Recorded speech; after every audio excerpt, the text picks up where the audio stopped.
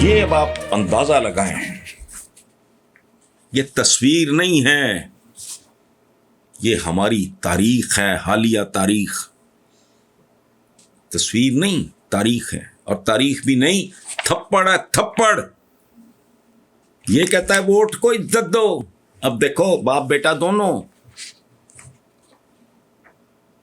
پاکستان کی تاریخ کے بدترین ماشاءاللہ ایڈمنسٹریٹر سے جو اس ملک کی جڑوں میں تیزاب پھینک گیا، اس کے سامنے ذرا دیکھو۔ لگانے والے نے کیپشن کیا لگایا ہے؟ بیٹے نے BA کر لیا ہے، اگر کہیں ملازم رکھوا دیں تو ذرا نوازی ہوگی۔ انہوں نے کہا ملازم رکھوا لیتے ہیں، وزارت سے اچھی ملازمت کیا ہے، پھر وزیر اعلیٰ بھی بنا دیتے ہیں، پھر اپنی زندگی کی دعا بھی دے دیتے ہیں۔ یہ کھڑے ہیں ضیاء الحق، ان کے والد شریف صاحب، اور پیچھے برخوردار۔ اور برخوردار کون ہے؟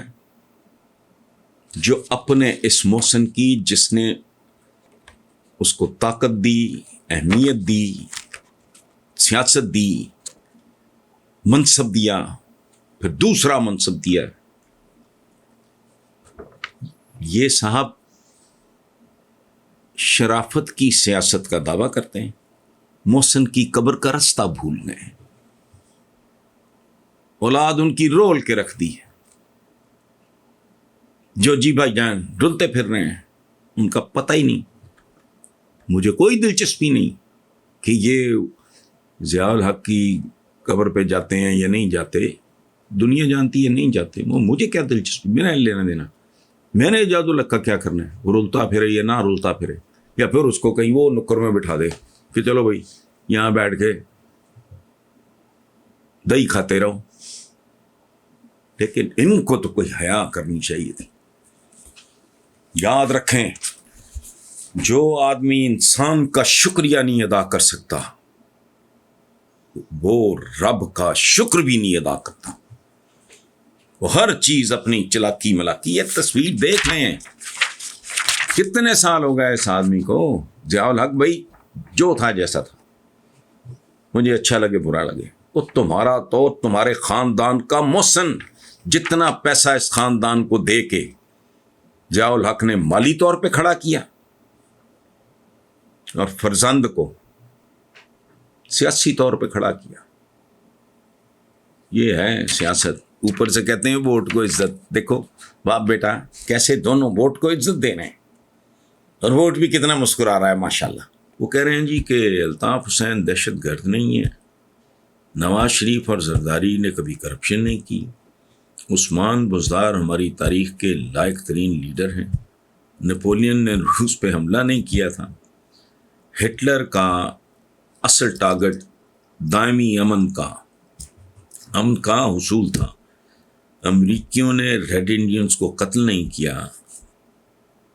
تو رفتہ رفتہ یہ سارے حقائق آشکار ہوتے جا رہے ہیں۔ لیکن کیا یہ المیہ نہیں کہ 75 سال میں کوئی دن ایسا نہیں جس میں ہمیں یہ لگے کہ ہمارے ہاں بھی کوئی معیار ہے، کوئی قانون ہے، اخلاقیات کا کوئی لیول ہے؟ کیا یہ قوم اسی طرح اپنی تقدیر لکھتی رہے گی؟ فرزان ملک صاحب بہت خوبصورت سٹائر ہے آپ کا۔ اس طرح کی تاریخ جب آپ لکھتے ہو تو آپ خود مٹ جاتے ہو الٹیمیٹلی، اس میں شک کوئی نہیں۔ یہاں اس ملک میں جب تک متشدد جابرانہ حکومت نہیں ہوتی، یہ مجھے پتہ ہے جن کو بہت تکلیف ہوتی ہے نا، کیڑے لڑتے ہیں اندر، جمہوریت، ان کو پتہ ہی نہیں جمہوریت ہوتی کیا ہے۔ وہ تو ٹالریبل ہے، لیکن وہاں ہو اگر جہاں لوگ پڑھے لکھے ہوں اور لبریٹ ہو چکے ہیں۔ میں اپنے نان نفقہ کے لیے کسی کا محتاج نہیں، مجھے عدالت یا تھانے سے ریلیف کے لیے کسی کی ضرورت نہیں۔ میں اپنے قدموں پہ کھڑا ہوں، خود کفیل ہوں، بہت زیادہ اگر قابل نہیں ہوں تو بیسک ایجوکیشن ہے میرے پاس، وہ پھر تو میں فیصلہ کروں۔ میرے ووٹ کی کیا اوقات ہے؟ میں جاہل ہوں، تھانے کے لیے مجھے کسی چودھری، کسی کنٹ اٹھے، کسی بدماش کی ضرورت ہے، کونسلر سے لے کے MNA تک۔ مجھے رسائی چاہیے، جو تگڑا ہوگا، جو زیادہ بدماش ہوگا، اوپر سے پھر ذات برادری کا تڑکا. یہ کیا جمہوریت ہے؟ شرم بھی نہیں آتی ان کو اس جمہوریت کو. ناٹ ٹاکنگ اگینسٹ ڈیموکریسی، اس جمہوریت کی میں بات کر رہا ہوں یار. جمہور کہتے ہیں عوام کو. میں کہہ کے تھک گیا ہوں. عوام کی نمائندگی کوئی سینٹ میں ہے، کوئی نیشنل اسمبلی میں، باقی اسمبلیز میں کدھر ہے؟ موتی کو کمتر لیول پہ کوئی ٹوٹے پنجے آ جاتے ہوں گے جن میں وہ لوگ انٹرسٹڈ نہیں ہیں. گوشت سارا کھانے کے بعد جو ہڈیاں ادھر ادھر پھینک وہ کاؤنسلر ہو گیا، فلانا ہو گیا. کبھی سنا کوئی ٹاپ کا انجینئر ریٹائرمنٹ کے بعد، کوئی ٹاپ کا ڈاکٹر، کوئی آئی ٹی کا بندہ، کوئی فلانا ٹمکانا آیا ہو اور اس نے الیکشن بھی جیت لیا ہو؟ نہیں. آپ نے ماحول ہی اس طرح کا بنا دیا ہے جس میں کوئی شریف آدمی، کوئی پڑھا لکھا آدمی، کوئی کوالیفائڈ آدمی، جب تک اس کے پاس فائنینشیل مسل نہ ہو اور دوسرا مسل نہ ہو، الیکشن لڑنے کا تو سوال ہی نہیں پیدا ہوتا. اس لیے یہ چمن یوں ہی رہے گا اور ہزاروں جانور اپنی اپنی بولیاں سب بول کے اڑ جائیں گے. پھر کیا ہوگا؟ جو تاریخ میں غیر ذمہ داری. یہاں 15 سال کنٹینیوٹی طاقتور آدمی دیکھ. ہمارا پرابلم ہے لوگ چند چپڑ کناتی ہے، وہ کہتے ہیں کہ جی امریت بھی آئی تھی. اور میں انہیں کہتا ہوں وہ بے وقوفو، نہ ہمیں کبھی جمہوریت خالص نصیب ہوئی نہ امریت. جس ملک میں بچوں کی خوراک دودھ کیمیکل سے بنتا ہو، یعنی دودھ بھی خالص نہیں، مرچیں بھی خالص نہیں، دوائیں بھی خالص نہیں، 2 نمبری اپنے عروج پہ ہے، وہاں نظام کیسے خالص ہو سکتا ہے؟ آپ کی جمہوریت بھی اتنی ہی خالص ہے جتنا آپ کا دودھ. ہماری امریت بھی. پرویز مشرف صاحب کو میں ایڈمائر کرتا ہوں، I like him, I respect ham, لیکن کیا ان کو آنے دیا جی، وہ فلانے دیا، جانے دیا جی، تو انہوں نے جانے دیا جی، انہوں نے آنے دیا جی. کیا تماشا ہے یہ؟ To hell with the world. کہہ دو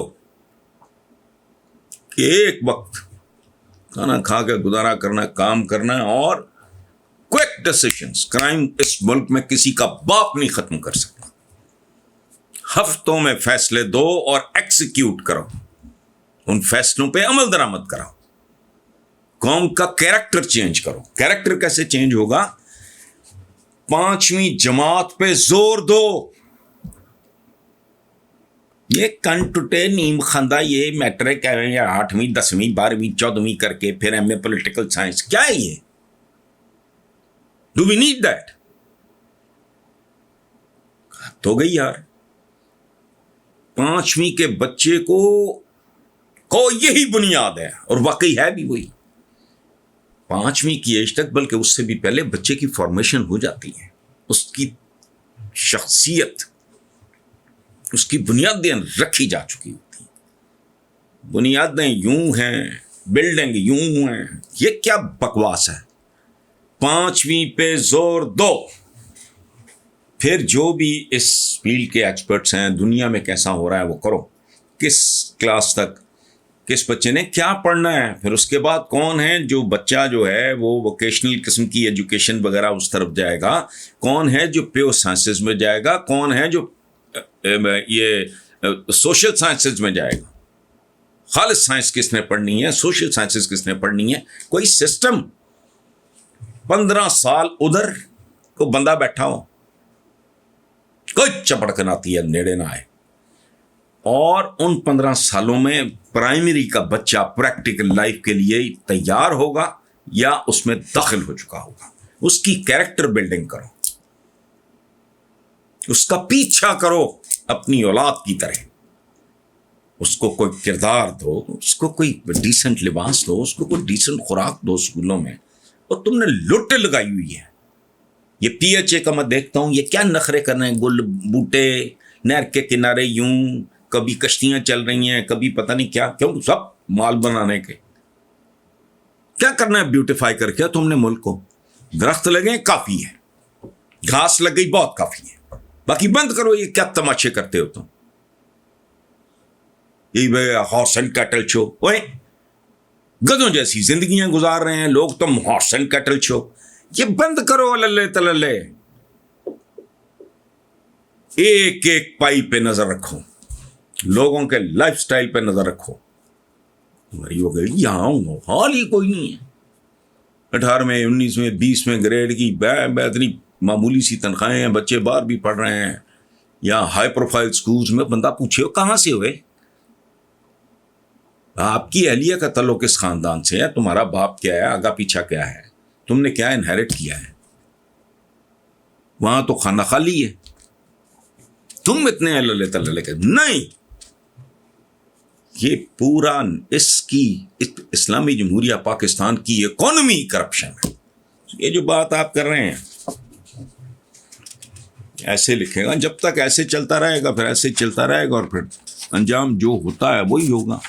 ادروائز 15 سال 5 سال کے, یا بلکہ 3 سال کے. تو دنیا اتنی تیزی سے تبدیل ہو رہی ہے, ہمارے یہاں قوانین نہیں بدلتا کوئی. اور سال بعد لانڈے لپاٹے سیل فون تبدیل کرتے ہیں. میرے پاس تو ہوتا نہیں, مجھے تو پتہ نہیں. گاڑیوں کے ماڈل فلانا ہر شے تبدیل ہوتی ہے. قانون اٹھاؤ یہ 1800 فلاں کا, کوئی شرم حیا کرو. بیسک جوہری تبدیلیاں لاؤ. جو رزسٹ کرے اس کو عبرت کا نشان بناؤ. اس ملک میں بلیک میلرز ہیں کئی قسم کے, کچھ کمرشل ہیں, کچھ مقدس قسم کے بلیک میلرز ہیں جن کو نہ صحت کا پتہ ہے, نہ اس ایج کا جس میں رہ رہے ہیں پتہ ہے, دنیا کدھر جا رہی ہے ککھ نہیں پتہ. وہ احمقانہ سی باتیں اٹھائے پھرتے ہیں اور بلیک میل کرتے ہیں. جو کمزور لوگ ہیں, جنہیں ووٹ بھی چاہیے, سپورٹ بھی چاہیے, کن ٹوٹے بھی چاہیے, ہر طرح کے بندے بھی چاہیے, وہ بلیک میل ہوتے ہیں. نتیجہ کیا ہے, کھوتی ڈھونڈ کے ہر بار چکر کاٹ کے بورڈ کے نیچے.